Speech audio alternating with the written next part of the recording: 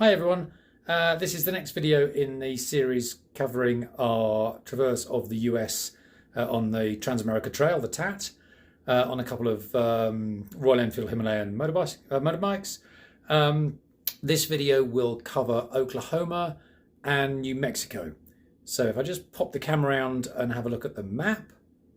Okay, so here's the map showing the whole of the Trans-America Trail route, and where my finger is just showing the state line between Arkansas, which we've just left, and Oklahoma, which we've just entered.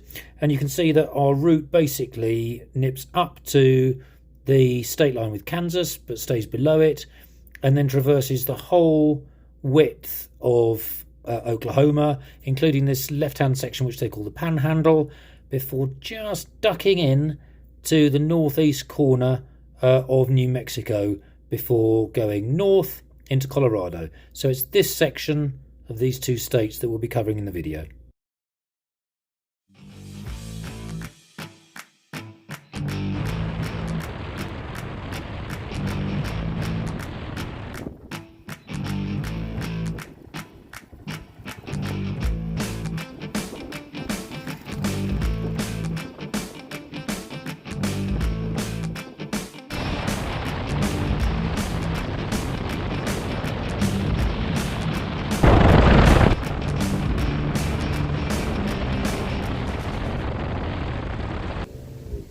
So we've entered Oklahoma, had a good day's ride, albeit that most of the weather this morning certainly was pretty horrible, sort of drizzly, but it's cheered up now, sun's come out, so that's great.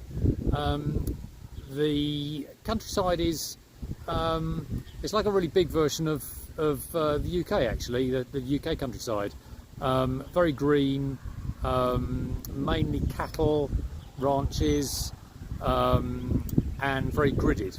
So rather than sort of many sweeping bends, you tend to get a sort of directly north-south road intersected by east-west, intersected by north-south, etc.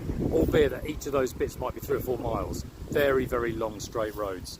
But nice riding, made good progress. The area we're in at the moment is a very large area and predominantly Native American. The two big groups represented here are the Muskogee and the Cherokees, and one of the groups owns the little shop behind us where we've just got some drinks.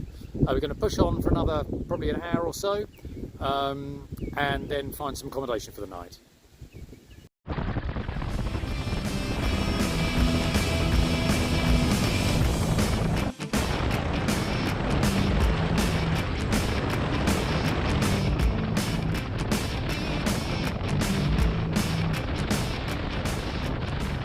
Having come down out of the Ozark Range in Arkansas yesterday, we rode most of the day in Oklahoma yesterday, mainly through a very large Cherokee reservation. The Cherokee are the largest tribe in America, and the area we rode through yesterday has about just over 120,000 members residing within its boundary. It was a bit kind of drizzly yesterday, so we stuck mainly to the more paved roads, and then we kept in a motel last night because the ground really was too wet for camping, and then we're cracking on this morning out further into the reservation areas.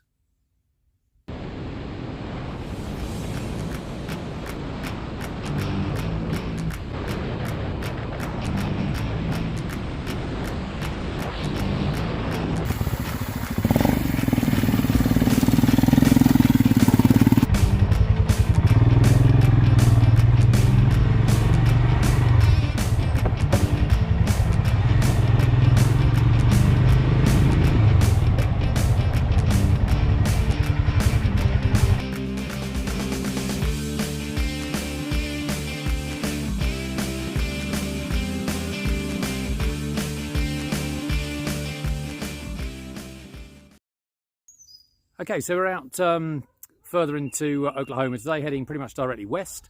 The area we're riding through at the moment is a large reservation of the Osage tribe. quite an interesting history of the Sage tribe. They've got a lot of mineral rights and have historically, and they've been around since about 700 BC.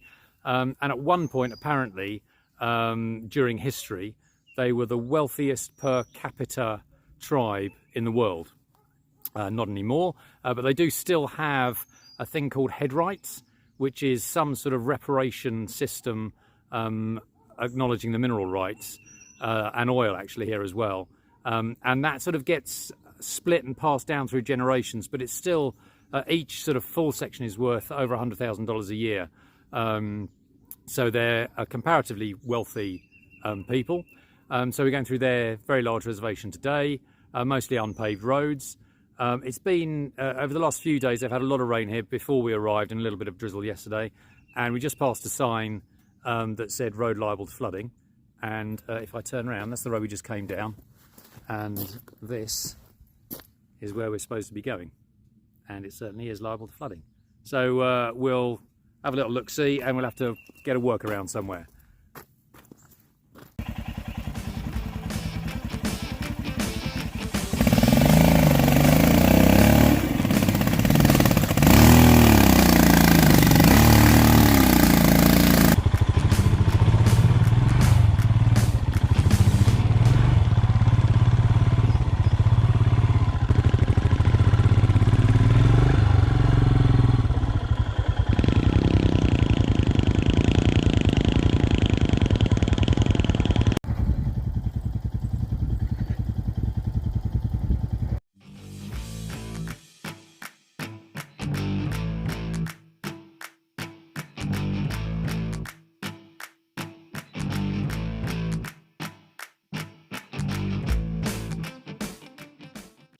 Okay, so we're cracking on through Oklahoma.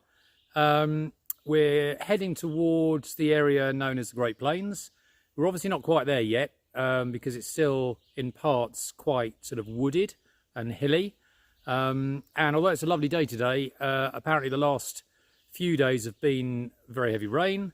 In fact, the river crossing or the road that was underwater a little bit earlier, Peter was speaking to a local chap a little while ago and he said actually that's now under 16 feet of water, so we weren't going to get through that in a hurry.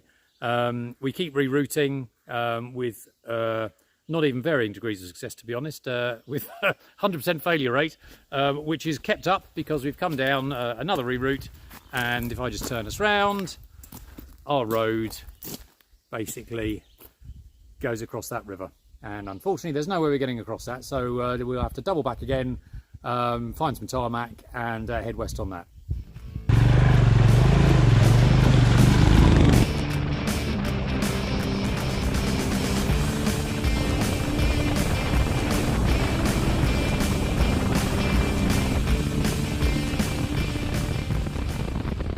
Okay, so after our sort of debacle this morning with various attempted river crossings due to all the rain in Oklahoma over the last few days, we eventually had to sort of bail out and hit a bit of tarmac and come north just across the state line into Kansas, and then we've sort of run west along the border really with Oklahoma.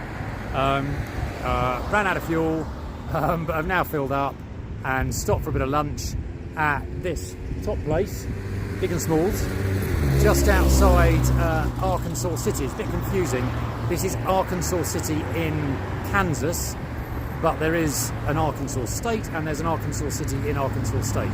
So, a bit beyond me. But anyway, this place behind me, we went in and ordered the food, got chatting to the chaps in there, and the owner was really kind and refused to accept payment for us. And they were absolutely fantastic hosts. I just had a lovely half hour in there having a chat with them. So now it's onwards and we're going to head back south over the border back into Oklahoma. Another thing I forgot to mention about this little barbecue grill. When we were leaving, they were saying, you know, wishing us safe journeys, and they seemed very concerned for our safety. And as you can see from although it's backwards because it's on selfie mode, the sort of religious quotes, both outside and actually inside, as a lot of other restaurants in this area, very, very religious environment. They asked to, if we sort of stand and sort of pray for them to pray for our safety for the rest of the journey. which I thought was very touching.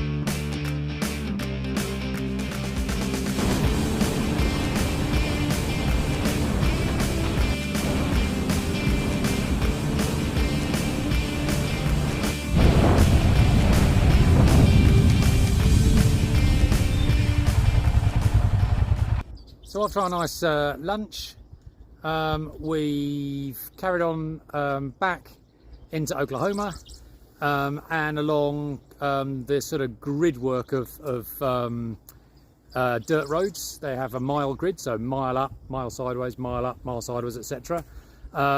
Made good progress, getting sort of back on track.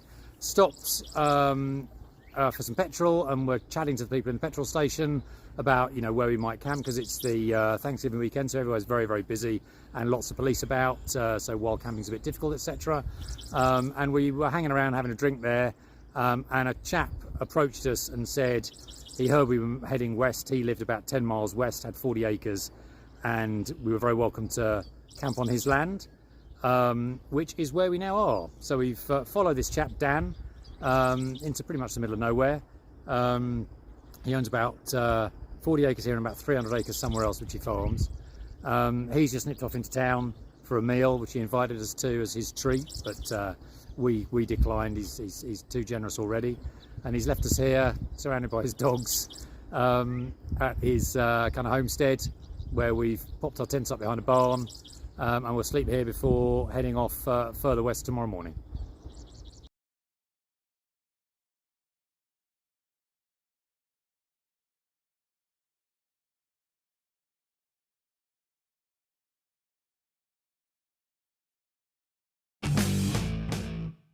Well, that's because the hammer's back. Oh, okay. So you have to really pull back. Go ahead.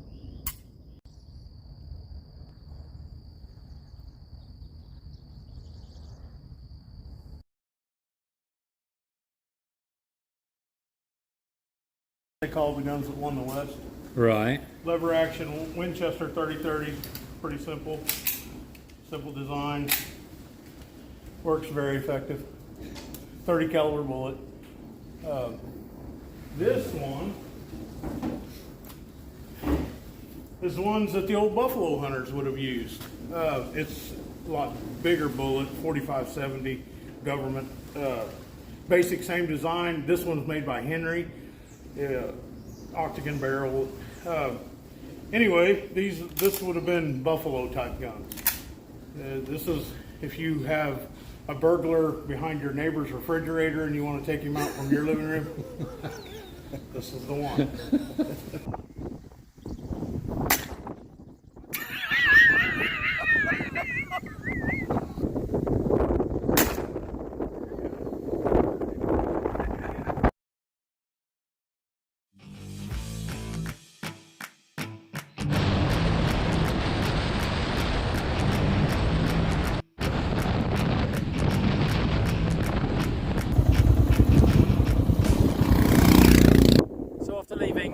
Dan's place this morning.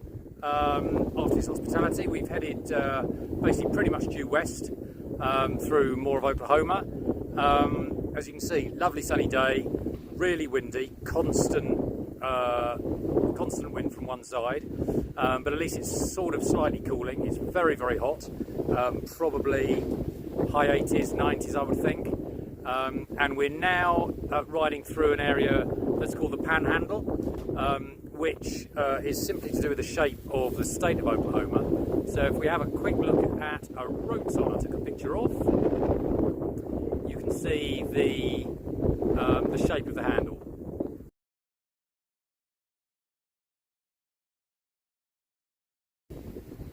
So we've been riding through the Panhandle now for probably a couple of hours. it is, as I say, very, very hot, and there is literally no shade, tiny little trees, otherwise it's completely open. We've luckily stumbled across this sort of disused or derelict barn, which has at least got a bit of shade, so we've stopped for a bit of a snack of some food we're carrying, including decidedly warm Dr. Pepper. So we'll have a bit of grub and take some fluids on board, and then off further west in the Panhandle.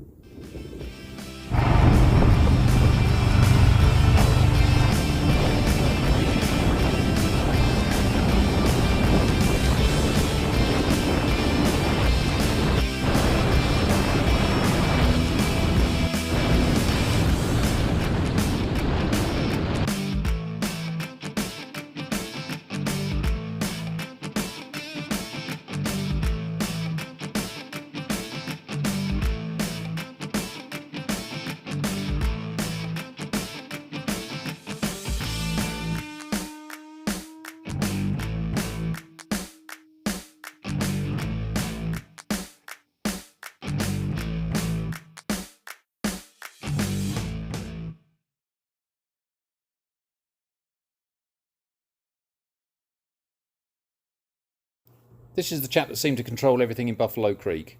Motel accommodation and a beer fridge. Oh.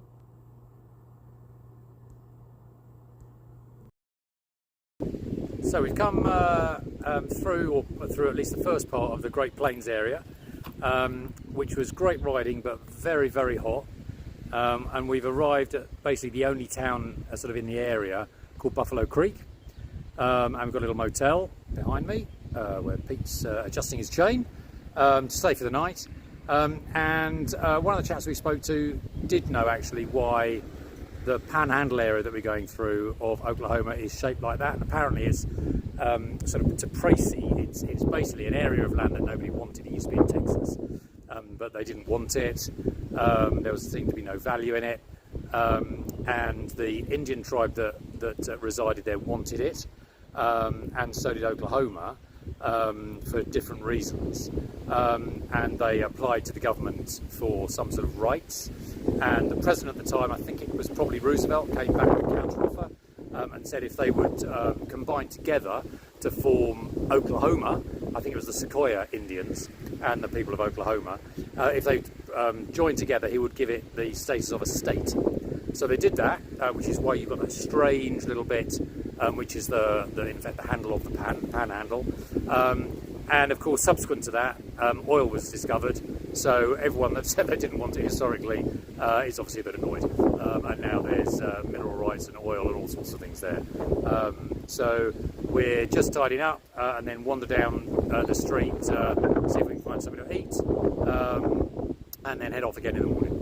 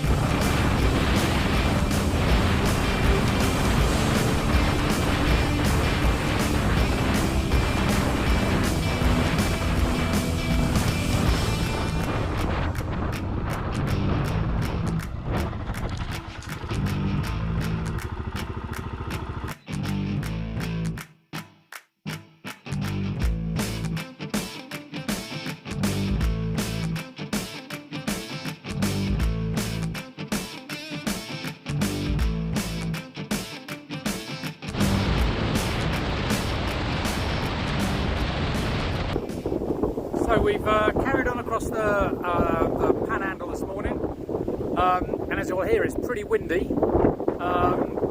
It's basically higher. We're actually at about 3,500 feet, so whatever that is, 1,200 meters or so.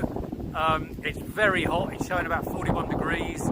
It's really windy, constantly in one direction, but it means we're having to lean the bike into the wind all the time. And basically, there's nothing here. There's no gas stations. There's nowhere to get drinks. There's literally no shade. And we're cracking on to the sort of the nearest town, which I'm not sure how far away it is, but the distances here are huge. I mean, the Panhandle on its own is several hundred miles long. And at one point this morning we turned a corner and it was 28 miles just to the next bend, and it's just arrow straight, sort of grit and sand roads, and some of it pretty challenging, almost like sand dunes, which you'll see we had some fun with. But it's hard work, it's a challenge, but we just stopped under this little roadside shelter just to get some fluids and a little snack on board.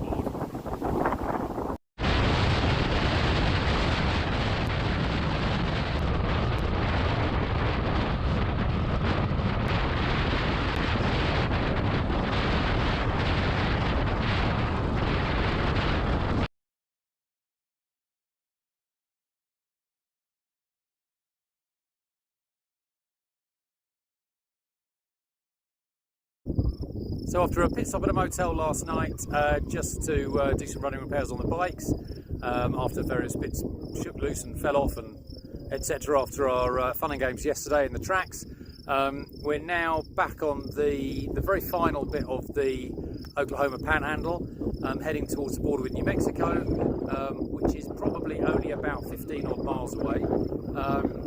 We've come up, it's still obviously the high plains area, and we're now at about 4,500 feet, which I think is about 1,400 metres.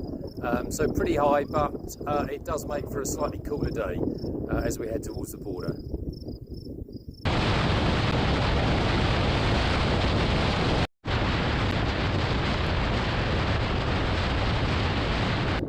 So this now is us at, as far as we can tell from the GPS, the state line between Oklahoma and New Mexico. So as far as we can make out, this bit of tarmac which we've come across, and that corner there seems to pinpoint the border. There's no other markings and there's basically nothing here apart from behind me, a bit of a derelict house.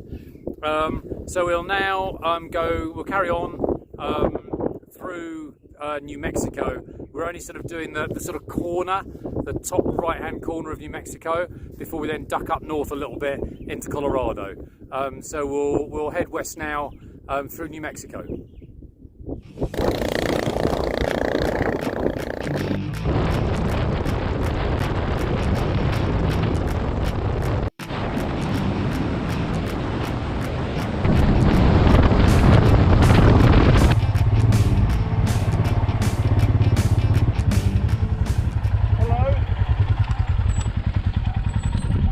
How you doing?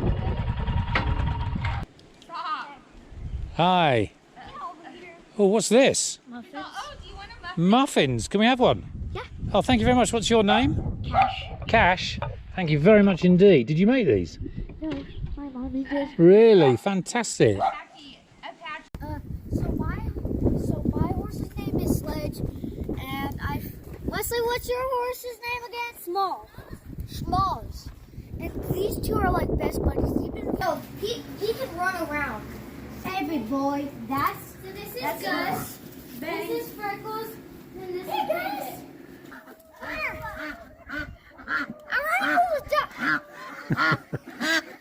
He's in my gut. I'm a duck. This is Wallace. Oh, he's sweet, isn't he? Because he has this.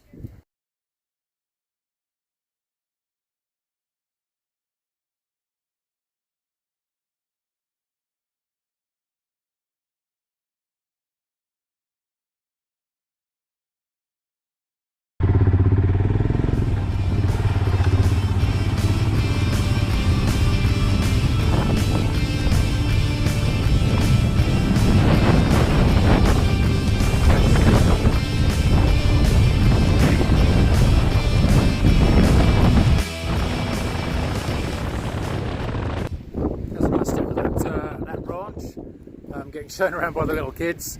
Pretty remote actually where they are. Probably a good couple of hours, I would think, in either direction between them and any sort of town or anything like that. But very nice to look around. So we're going through New Mexico. Really dramatic change in scenery, actually. When we came out of Oklahoma, within literally a couple of miles, it went from the sort of scrubland, really, and wheat fields, etc., in Oklahoma, to much more arid, much more desert-like landscape. Really pretty, actually, pretty dramatic. Lots of wildlife, big snake crossed the road, lots of deer about. And now, as we head towards Colorado, as I said, we're only doing a short section in New Mexico. This area that I've just stopped in is called the Shadow of the Rockies, and I don't know if behind me you can see that it's just starting to change from very, very flat, still very high. We're at about 5,500 feet, but changing from being very flat to just starting to get the first undulations of the foothills of the Rockies, and just seeing a couple of canyons behind me.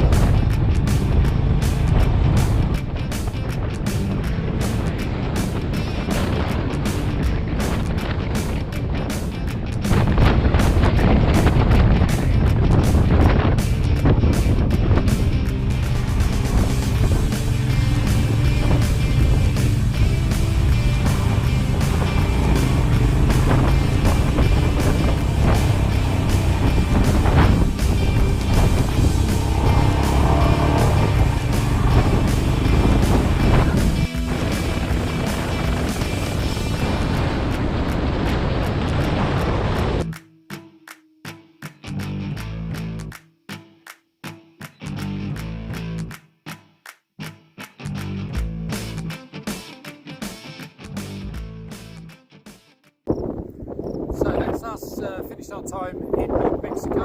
Quite a short time, just clipping the corner of the state, but very lovely scenery, lovely riding. Coming up, just starting to rise now up into the foothills of the Rockies. We're at about 6,000 odd feet, to about 2,000 metres, and we've just crossed the state line into Colorado. And we stopped at this little town called Branson, where actually there isn't anything. So we're having yet another little picnic, if I can show, under one of those little shelters. We found the town hall, which actually looked like a very large garden shed, and I've now found what I think is probably the cells. So not really all mod cons, but hey ho. So as I say, that's the end of our time in New Mexico, and it's been a lovely little bit of the state to ride through.